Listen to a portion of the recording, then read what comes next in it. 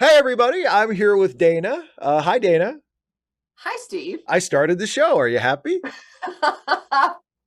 Finally. We're here to talk about Batman the Animated Series, which was produced sort of between the Tim Burton Batman movies and the Joel Schumacher Batman. It kind of bridged that gap in the series there because Batman the Animated Series started in 1992. And pretty quickly it became in the minds of a lot of people like the definitive version of Batman. It's definitely thought of as that by a lot of people today. So what I would like to start with is, do you agree?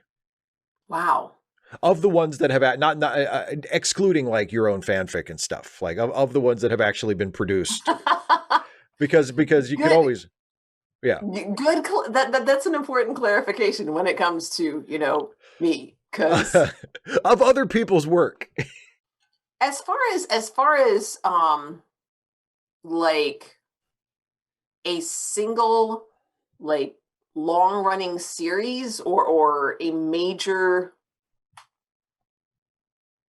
work, yeah, I would think so. It's I think part of like you said is that it came like there was still media awareness. People remembered the Tim Burton movies, Oh, for sure. and then there was a little bit. I mean, the Joel Schumacher movies kind of came from that, and like we're sort of interspersed with that.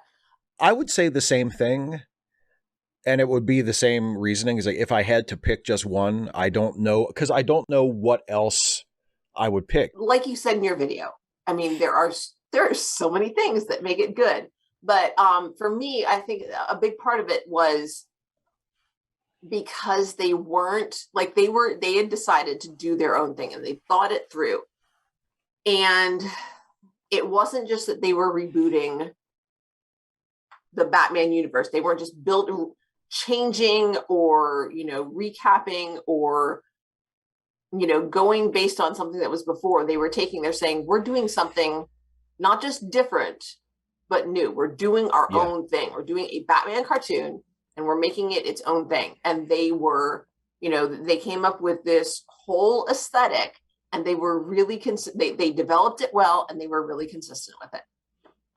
Everything fit, almost everything, and usually fits together. And when it doesn't, that's when the show's at its weakest. yeah. If I had to choose, I would probably say Batman the Animated Series as well because I don't usually think of it as my favorite version of Batman, but if the question is, is it the definitive version, or is it like if somebody had never heard of Batman before, like what's the thing you would show them to try and convince them how cool it was? It would probably be Batman the Animated Series because it has so many different elements from the larger Batman history in it, but in a way that is usually really accessible. Like Mm-hmm. you could pick almost any episode at random and just show it to somebody who had never seen Batman before, and they would get what was going on. They would understand who the players were.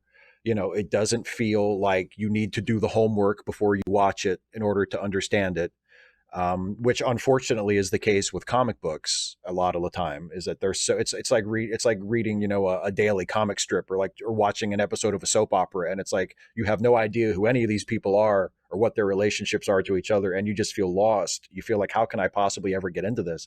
And with Batman the Animated Series, it's not. It takes a lot from the comic books and draws inspiration from it, and also draws inspiration from the Tim Burton movies and a little tiny bit from the Adam West series. Not a lot, but a little bit. Um, but it condenses it and simplifies it and makes it really accessible to people.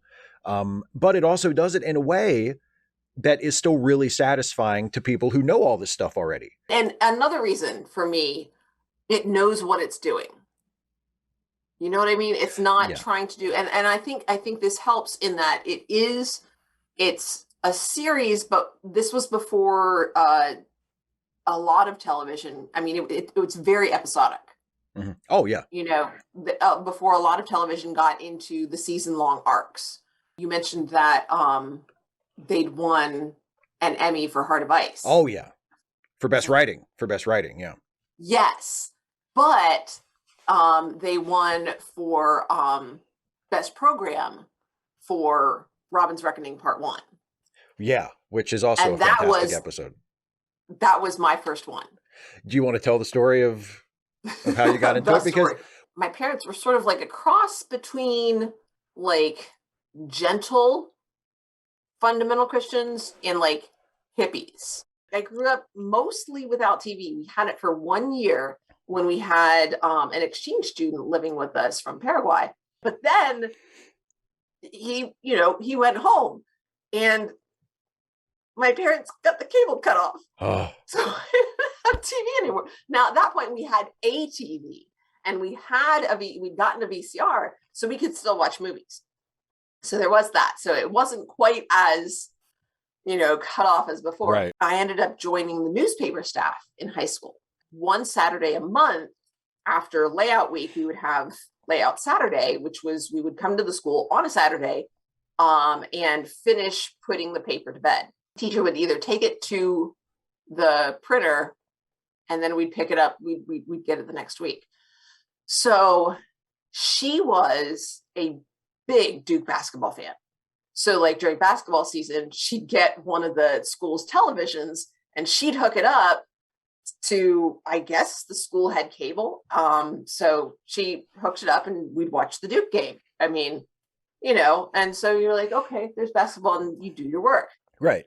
Well, however it worked, one Saturday in, I guess it was February of my senior year of high school. So this was 1995, spring of 95. So it came out in what, fall of 92? 92. Yeah. So almost 2.5 years after it debuted, something like that. Yeah.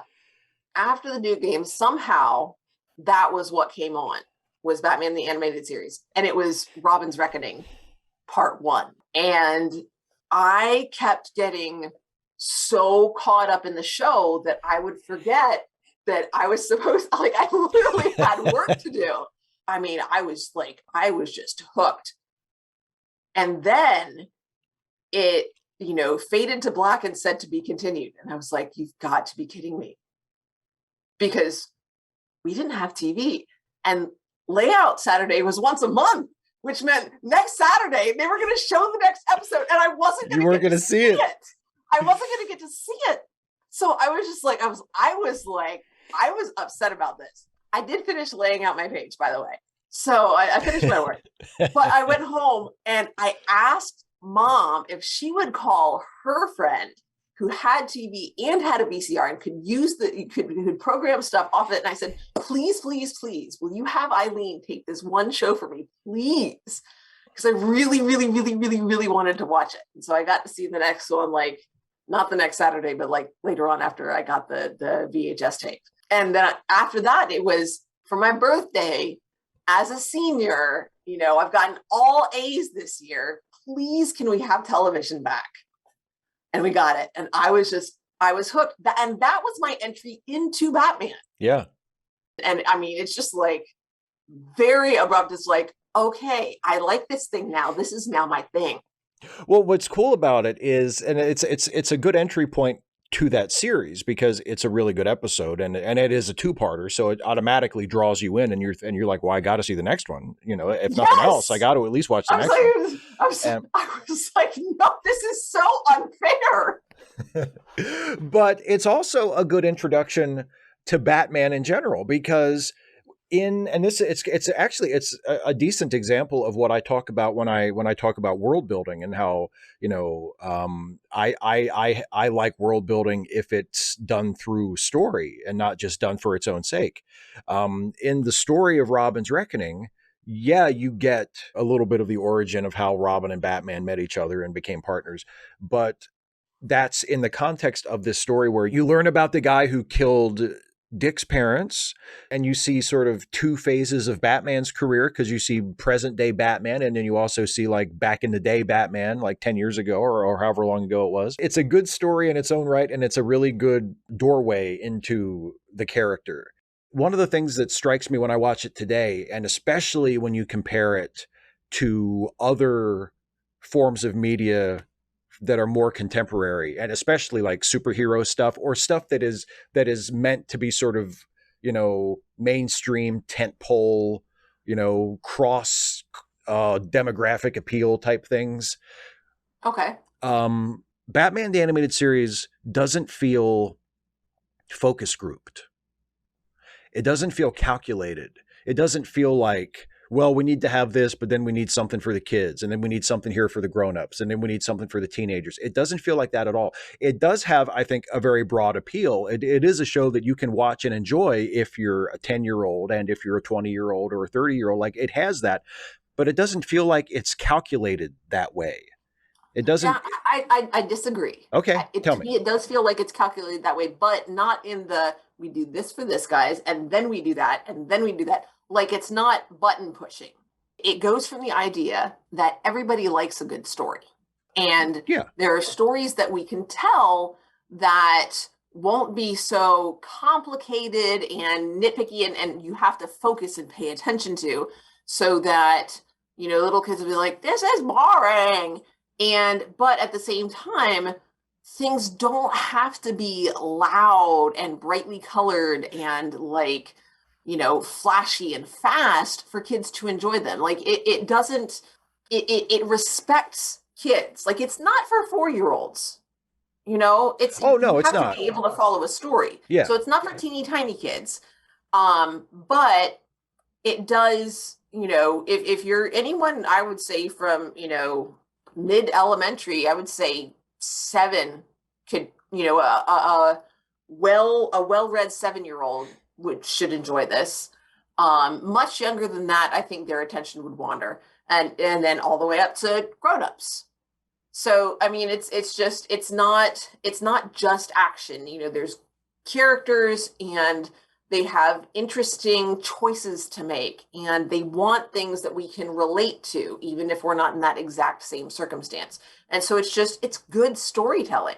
And I think that is deliberate. And Oh, sure. I don't think that's necessarily a bad thing, but I think it's not necessarily, it's like checkboxing it. It's just like, okay, we just want to make sure that we're not excluding people. Are we making this too complicated? Are we dumbing it down too much? And usually they do a good job of managing all of it. It also has very, very little, I would say even almost nothing, in the way of what we would now consider fan service. Which kind of goes back to what I was trying to say a minute ago about, that it doesn't feel calculated. And I agree with you. I mean, it feels calculated in the sense that they're trying to tell stories that have an appeal to a range of audience members, and trying to tell stories that are compelling and engaging. And because of that, it has a lot of cross demographic appeal. But, right. But it has very little in terms of what we would call fan service. And because even in projects, in TV shows and movies today, like that are based on comic books or that are part of like long running properties like Star Wars or Star Trek or something, that have like existing very large and sometimes very vocal and opinionated and difficult to please fan bases. It's become so commonplace, we often don't even really take particular note of it. That fan service is just everywhere. There's little references to different things, little Easter eggs and everything, little jokes, little things. And Batman the Animated Series has almost none of that. I am going to disagree again. And I think some of that comes down to semantics. It is fan servicey in a way, in that it acknowledges, like, it builds on the things that the fans like and it draws from them, but it doesn't allow those to take over. And I think that's kind of what you're getting at. But I did want to acknowledge they do these things. It's not like they ignore the fans. They give the fans good story, and they make references that if you're in the know, it's like this little bonus stuff, but that's not the main reason that it's there. We have an opportunity to use this. Why not? I think I need to draw a line between what you're talking about. I mean, because obviously there's a lot of stuff in the show that does please the fans. You know what I mean? But yeah, I think maybe that's it. It's fan pleasing. Yeah. But it's not fan service. It doesn't. It's not there. Yeah. It's not there. It's like, oh, you are our fans. we must bow down to. No, there's nothing in it you that are like our fans because we are making a really good show, and we're going to continue doing that. the example that the big example from the last couple of years that I always use when I to illustrate what I mean what I usually mean when I say fan service, especially when I say it in like a negative context, is Luke Skywalker at the end of season 2 of The Mandalorian. That's fan service. It's not really supported by the story. It doesn't really need to be there. It kind of derails the show, and it's like, oh, here, look, here's this thing you really like. Hope you enjoy it this time, And there's nothing in Batman the Animated Series that really feels that way. There are definitely things that, like we were talking about, like characters or plots that are not directly adapted from any particular story, but that evoke things from the comics that if you are a fan of the comics, you'll recognize and hopefully appreciate if it's done well.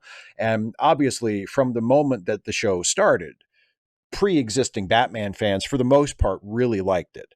I remember at the time, and the internet was not nearly as much of a thing back then as it is today, and it was a much smaller community. But so who knows what the popular opinion really was, but I never got the impression that there was any kind of a serious fan backlash against the animated series. For the most part, people who watched it who had already been Batman fans or comic book fans really seemed to like it. I mean, you look at it now and it seems obvious because the show is out and it's done and it's been almost 30 years since it started, and it's like it's considered a classic now. But at the time, it's like, yeah, it's Batman, and it's kind of like the Tim Burton movies, but not really. I mean, it does, like, Gotham City does have kind of a gothic sort of architecture to it, but not exactly like in the Tim Burton movies. There's a lot of like anachronistic design, like the cars all look like they're from the 40s, but the show is ostensibly set in the present day. The Oh character yeah, designs. it's heavily. I think you mentioned this. I mean, there's some serious Art Deco going on. Oh, big time. Yeah, Big time. and so it's the that connection between it's Art Deco, but also there's evocative of the not quite Art Deco. It's the early modernism as well. Mm-hmm.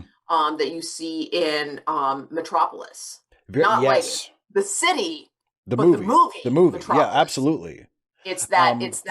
But I mean, for us, it's an interesting juxtaposition visually, because that's like, it's very retro, but at the same time, it's kind of futuristic. You mentioned Metropolis, and I mean, German expressionist film just in general, I think, is also an influence on it visually. And that's not necessarily before this series. None of those things were necessarily associated with Batman. Now, it makes sense now. I think Pulp and Noir was, well, Pulp and Noir a little bit. But I mean, in terms of like, German expressionism and Art Deco design. I'm going to disagree when you say Pulp and Noir a little bit, dude. No, well, like okay, Pulp and Noir quite a bit. Depending on who was writing and who was drawing, but yeah, I mean, right. Well, but also as far as like the foundation of where Batman came from, original, the original, the origination of the character, and also the art style. I think I mentioned this in my video too, like the production design of the animated series. It evokes 1940s comic books a little bit. The design of Batman in the animated series is a little reminiscent of the way he was drawn, and not so much, not really in 39, but in starting. He doesn't have the long. No, I mean, not as long as he did with, oh gosh, Kelly, what's his name? Oh God, Kelly Jones in the 90s, where it was like, yeah. It's like he was trying to go to that and then like dial it up to 11. He just kept going. Yeah. Originally Batman had like really like almost bunny ears, and then with Kelly Jones, he really did have Yeah. bunny ears. Yeah. In the first year, and actually when they redesigned him for the Justice League animated series, they kind of went with that. He looked, Yeah. especially from the neck up, he looked a lot like he looked in Yes. 1939. Yes. But for most of the animated series, it was a little bit like if you look at comic books from the early 40s, where like Jerry Robinson was doing the art in a lot of them.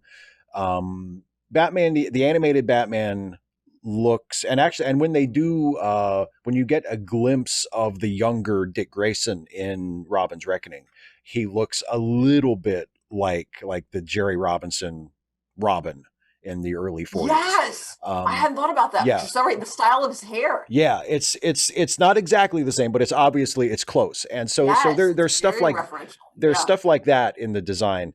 But there's also a lot of stuff that that they brought in from other things that, but it's cohesive and it makes sense. And like I say, now looking back, it's like, well, obviously, you know, Yeah. but they had the confidence in, and also the fact that they were getting to do the show in the first place because of the Batman movies, because they had been so popular and Batman was having a moment. And they took some reference from the Tim Burton movies. The opening theme song is a slightly altered version of Danny Elfman's Batman theme.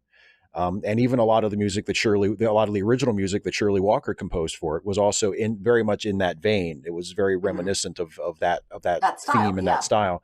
But a lot of the stuff they took from the comics was taken from the 70s. And and I guess if you were of a certain age, then you recognize that. But I mean, I didn't know that at the time. I was 12 years old. I had not yet If you discovered were this. of a certain age. I had not yet actually discovered the Steve Englehart, Marshall Rogers comic books, or the Denny O'Neil, Neil Adams comic. I think I knew about the Denny O'Neil, Neil Adams run, but I had not actually read any of it yet. But it takes stuff from the comics from the 70s, not so much from the 80s, and almost nothing from the 90s. I mean, there was a little bit of drawing from the contemporary Batman comics toward the end of the animated series when they brought in Bane. But for the most part, they didn't really touch anything from the contemporary comics. It was a little bit from the 80s and a lot from the 70s. And that in and of itself is an interesting choice. It's Go interesting ahead. that you mentioned Bane because, first of all, you're right. But second, in your video, you talk about how Bane is a weak point in the animated series, and I also agree with you there. But what's really interesting that just occurred to me now is that Bane in the comics is very much based on the Count of Monte Cristo, which is a Yeah. gothic story. That's a great point. And that's why when it goes into the animated series and they sort of simplify that, they leave some of it in there, but you lose a lot of he becomes just sort of this over the top, oh, is he a luchador type thing. It's like Yeah. the whole, that pull yourself out of this dark place. Although I will say I was never keen on the whole, I will find someone who is better, who is the world's greatest fighter, and I will prove that I'm the greatest by fighting the greatest because reasons. Because that's how that works. I always felt that was kind of weak, but I like the idea of Bane. I like the story of the Count of Monte Cristo. And I think they had some opportunities to do some interesting stuff there, some gothic romanticism, not romance in the sense of smoochies, but in the literary sense, yeah. Yeah, the dark, heavily emotional, like not melodramatic, but just intensity of the Count of Monte Cristo. It is an intense story, and they didn't go there. No, and they did like in Robin's Reckoning. I mean, it definitely steps over the line into melodrama pretty confidently there. Oh yeah. But it's an intense and just riveting story. And they did not go there with Bane, and they missed out. It was definitely a missed opportunity. I remember being really disappointed in it at the time. And I still don't think it's that great of an episode, or that Bane's portrayal in the animated series is that good, but it's for different reasons now. At the time, I just didn't like it because I felt like it looked kind of like what you said about a missed opportunity, but I really like the comic book version of Bane. I think he's a really good character, and is a good character if you keep him from becoming just another guy, which is a point that we've talked about Yes. before. He needs to be a special villain. He needs to be someone that you don't just bring in for a story and then he goes away again. He can't be like the Joker or the Penguin or the Riddler. He needs to be someone who just, when Bane shows up, it's a big deal. And when he's treated that way, and if he's given a good story, I think he works really well. But his appearance Yep. in the animated series was just, oh, here's another guy. Yeah. I don't know that it would. I think if they'd given him more than one episode, if they'd given him some development and then brought him in, it would work. But it felt rushed. It's like, here's this guy that honestly, I would say that might be the closest thing they did to fan service. Like when I watch it now, I don't really feel the way I felt back then because I'm kind of over it. And I feel like that's not really fair. That's not a fair approach to criticism, to say like, well, I would have liked it better if it had done X, Y, and Z or what they should have done. Like, I don't think it's fair to rewrite, the episode in your review. So I try not to do that. And I don't really view the episode like that anymore. I don't look at it as like, well, they should have done a more, a closer adaptation of Nightfall. That would have been better. You know what I mean? Like maybe it would have, maybe it wouldn't have, but that's not fair to the episode to judge it on that basis. But one thing that I do think sticks. I'm going to jump in and say, I disagree with you. I know that. And we've talked about that. I know you do. Too. I know you do. Just but like, you'll rewrite some shit. Like that's my jam. You'll be like, they shouldn't have done that. They shouldn't have done that. They shouldn't have done that. They should have done this. They should have done. They should have done this. Yeah, it would have been better if they had done this. Why didn't they? That's my review. Yeah. Why didn't they do this? Why didn't they just do it this way instead? It would have been a better story. It would have been more consistent. The characterization would have been stronger. If they'd done this, they did not do this. The characterization is not as good as it could have been. Yeah. I don't see what your problem is with that. But, you're wrong, Steve. It's okay. But I think you hit on what my issue with the Bane episode is as I sit here today. And when you mentioned that it's the closest that the show comes to feeling like it's doing fan service. Because I think Bane was the most recently introduced character, the most recently introduced like villain from the comics that they brought into the animated series. They also did the ventriloquist, who was introduced, I think, in the mid to late 80s. So he was relatively recent, but he'd been around for a few years. Bane had, I think like Vengeance of Bane was 1991. Nightfall was 1992 or 1993. So, I mean, Bane was a very, very new character.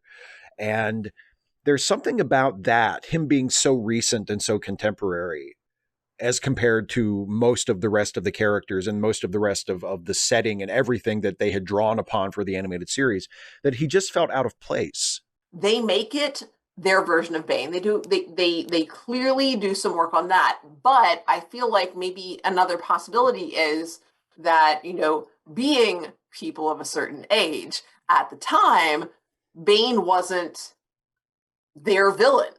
It wasn't somebody that they'd grown up with, that they had, that they had that experience with. And so it wasn't somebody that wasn't a character that they were excited about the way that they were excited about, the Joker or the Riddler or the Penguin or, even some of the later ones like Clayface or Two-Face or some of the other faces or, even Mr. Freeze. Mr. Freeze, I think, like you talked about, was more not exactly a blank slate, but he was more or less, it was like one of these guys. And they're like, oh, it almost a blank slate. We can do something different with this guy, because there have been all these kind of cold-powered guys. Let's go with this one. And here's what we're going to do with it. And with Bane, since it had been so recent, they couldn't just like do their own thing completely because people are like, that's not the way it was. You brought up Mr. Freeze, and I think that you're right. I think it's a good example. And honestly, they do the same thing with Clayface, because Clayface was another character who had been around in many different forms in the comics since the 40s. And what they do with him in the animated series is in some ways even more impressive than what they do with Mr. Freeze, because they don't just start over with Clayface. They take pieces from different versions of the character from the comics. Like the original Clayface in the comics was not a shapeshifter at all. He was an actor who killed people and used like disguises to, to hide his identity. And he was called Clayface because one of his victims had scratched his face. And when her body was found, she had clay from his mask under her fingernails. So he was called Clayface. And then the shape-shifting Clayface wasn't introduced until the 50s in the Silver Age. And his name was Matt Hagen, which is the name that the character has in the animated series. But in the animated series, Matt Hagen is an actor, and Matt Hagen wasn't an actor in the comics. He was just like an adventurer who was deep sea diving and found the thing that turned him into Clayface. So it's the name of the Silver Age Clayface and the abilities of the Silver Age Clayface to change his shape, but it's the background, him being an actor of the original version, and they mold those together in such a seamless way that makes so much sense and is so right for that character. And it's really well done. And that first episode, that first Clayface episode, which is another two-parter, is another one that is just a really, really strong episode. It's a real creative high point of the series. I guess one of the things that we haven't really talked about, other than, I mean, we talked about Robin's Reckoning, which is your favorite episode and which is the episode that got you hooked. Do you have other favorite episodes? Shadow of the Bat and Batgirl Returns, the two big Batgirl episodes. The big Batgirl episodes, yeah. And of course, Batgirl Returns also features Catwoman, and it also features Roland Daggett. And I love Roland Daggett, and one of my favorite exchanges ever, when he catches them and Batgirl says, "What are you going to do? Leave us hanging over one of these bats with acid eating through one of the ropes?" And he laughs and he said, "Oh, if there's one thing I've learned over the years, it's that you crime-fighting types are very resourceful. So I'll just have my men shoot you and dump your bodies in the vats." And I'm just like, yes, thank you. And of course, Robin shows up and then gets them down and they all fight their way out. But so yeah, the Batgirl episodes are among my favorites. I'm trying to think of well, of course, Mad Love.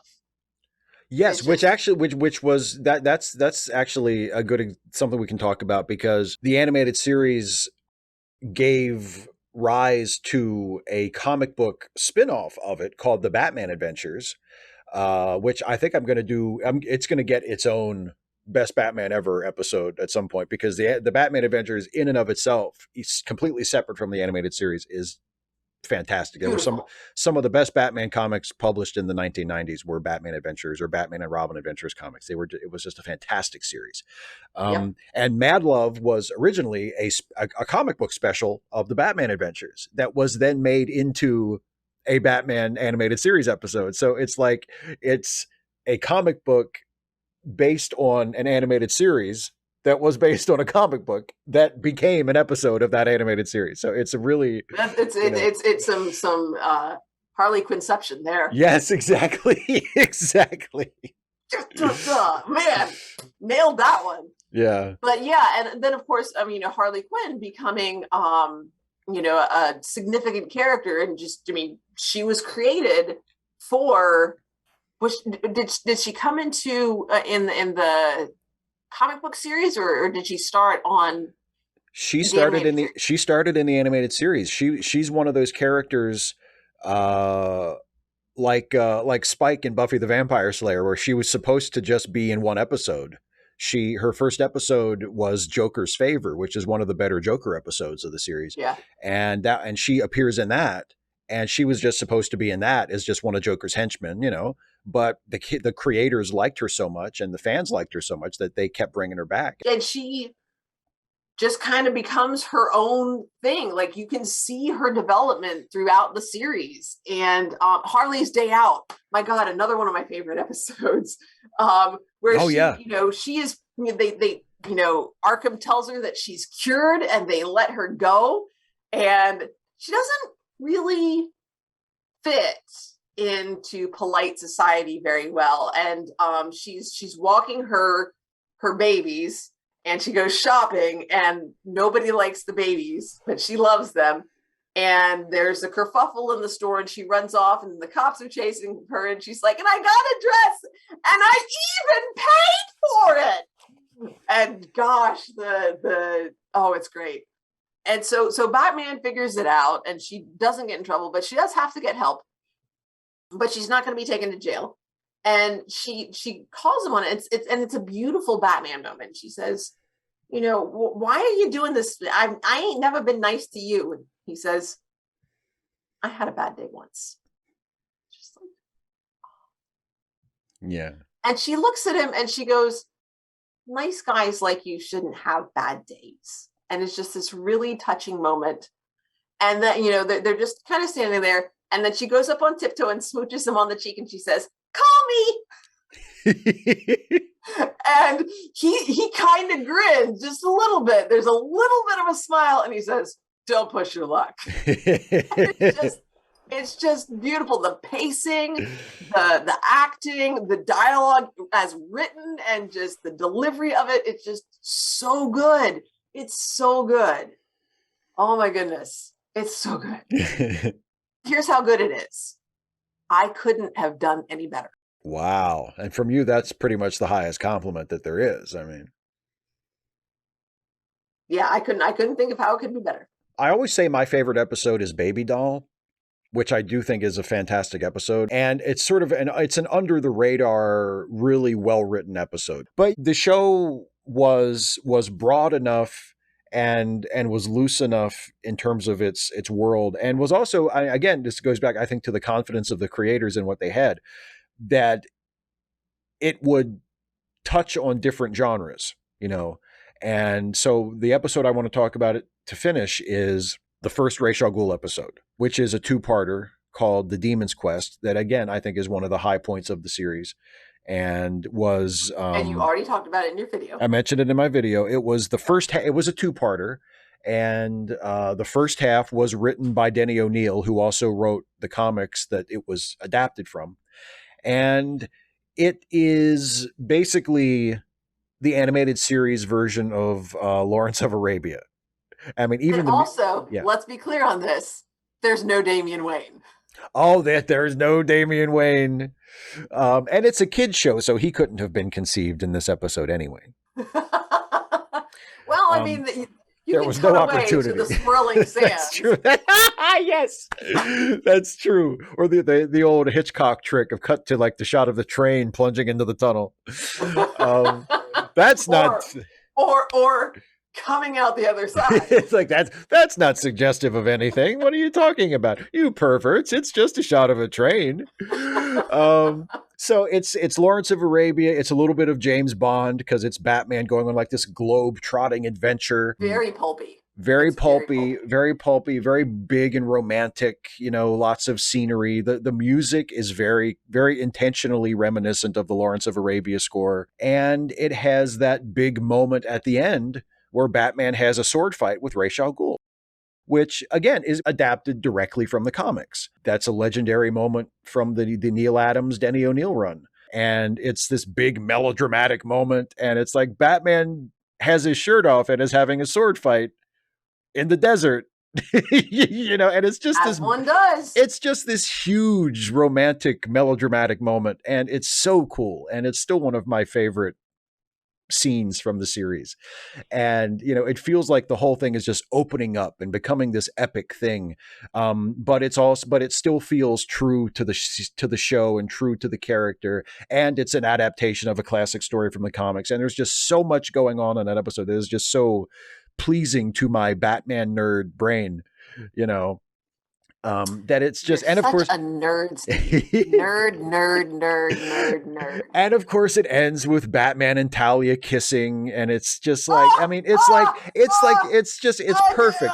It's, I know, you know, I know. Show? It's this yeah, like in The Princess Bride, they're kissing again. Like they're always kissing.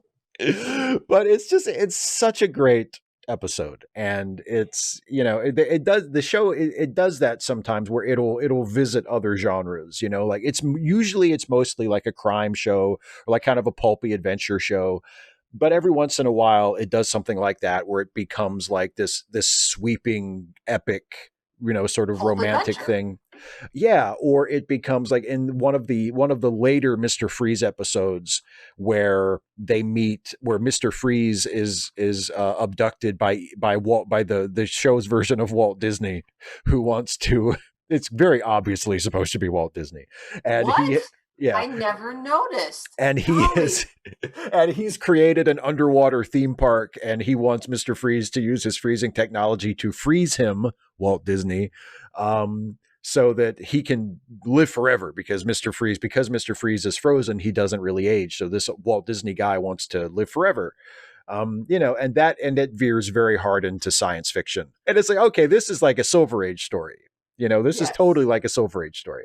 And so it does stuff like that, or it has the episode with like the robots, or the android that's the exact duplicate of Batman, um, or other things that feel more in different genres, or like the episode with the werewolf, or the episode where Catwoman turns into an actual cat, like something from the island of Dr. Moreau.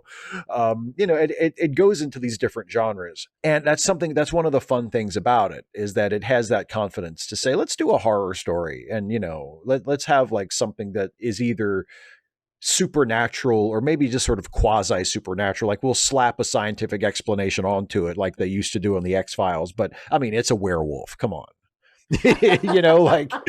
Like they give, it's like, no, he's an athlete and he's taking these steroids and it makes him do that. Yeah, okay, but it's a werewolf, like Details.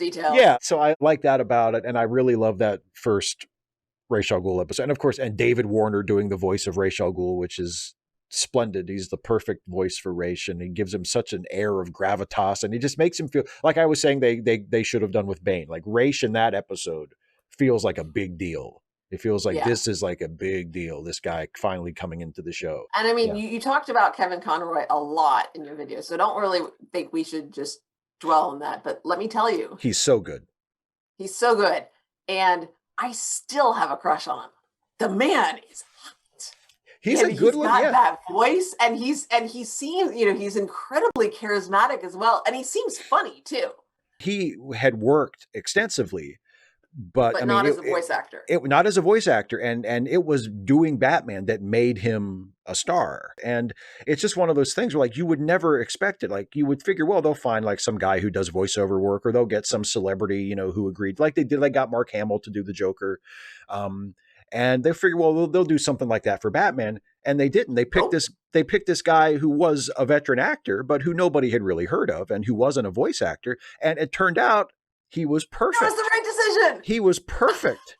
And it was so good. And yeah, and it's like, and you certainly can't imagine this show without him. And he's so definitive that people started demanding that he play Batman in other animated stuff, like that had nothing to do with this show. You know what I mean? Like when they started to do those direct to video movies that they've been doing now for a long time, for like 15 years now. They've been doing these direct to video animated movies, and Bruce Timm produces some of those. Like some of them are produced by people who were involved with the animated series.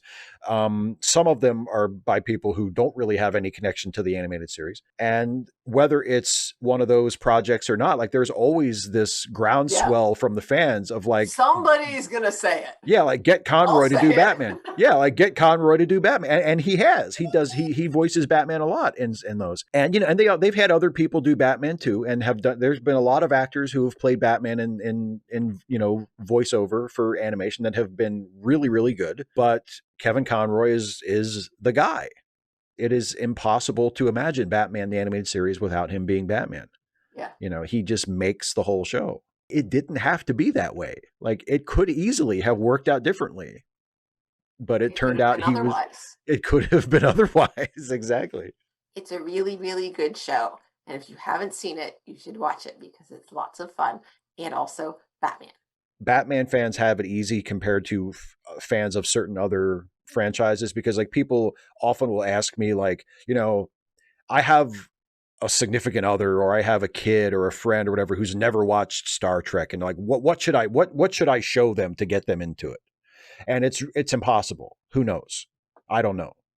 But with Batman, it's like you show them an episode of Batman animated series, That's the entry point for the character. And if they don't like it, they probably won't like Batman in other ways. But if they like it, then not only is there a whole bunch of the animated series that they can watch and enjoy, but it also is a great entry point to other stuff to do with Yeah, the character. they can take a look at, who their favorite characters are and follow from there, or what type of story they like best and follow up on that in that role. Yeah, So there are different ways of getting involved based on their favorite parts of the animated series. exactly. And not every big franchise has that. Like I said, I don't really think Star Trek has it. Superman might have it a little bit. I mean, with Superman, Superman the animated series is not the same thing to Superman as Batman the animated series is to Batman. Superman the animated series is good and I enjoy it, but it's not the definitive Superman the way Batman the animated series is the definitive Batman. So, I mean, for Batman fans, we really are fortunate, because if we have someone in our lives that we want to Who has introduce to been the living character. under a rock. Exactly. It's Who's easy. like, who's Batman? Yeah, Like, I know people who who have lived under a rock, and they know who Batman is. exactly. So it's like, if you want to know where to start them out, Batman the animated series. Opinions vary as to what the best Batman is, or people have their different favorite Batmans, but I think the consensus pick pretty much ever since it came out in 92 for what is the definitive Batman is the animated series. And it'll probably stay that way for a while. I don't see it being dethroned as the sort of the default the default Batman for a long time. Batman 1.0. Exactly. Fundamental. I remember you liked that line in the video. It's the fundamental Batman. Yes. Well, it also occurs to me that the animated series puts the fun in fundamental. Ah, nice. Nice. I think we're done.